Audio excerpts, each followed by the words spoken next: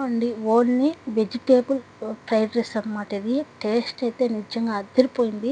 నేను ఎలా చేశానో చూపిస్తాను, చూద్దాం వచ్చేయండి. ఒక 2-3 స్పూన్లు ఆయిల్ వేసుకొని, ఆయిల్ వీటెక్కాక కొంచెం జీలకర్ర వేసుకొని, తెల్లగడ్డలు అల్లం మంచిగా సన్నగా తరిగి వేసుకొని, ఆ తర్వాత వచ్చేసి ఆనియన్ కూడా పొడుగ్గా కోసుకొని వేసుకున్నాను.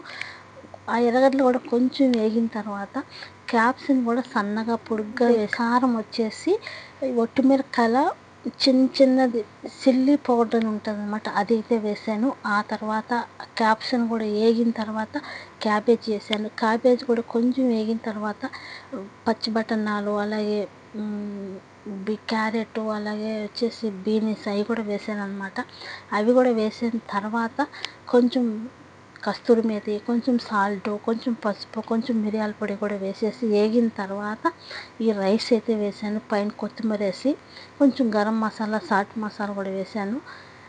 టేస్ట్ అయితే చెప్పనవసరం లేదు, అంత టేస్టీగా ఉంది. మీరు కూడా ఇలా ఒకసారి ట్రై చేయండి, చాలా బాగుంటుంది. చూసారు కదా కలర్ఫుల్గా ఉన్నది. అలాగే వీడియో నచ్చుంటే లైక్ చేయండి. Okay, bye.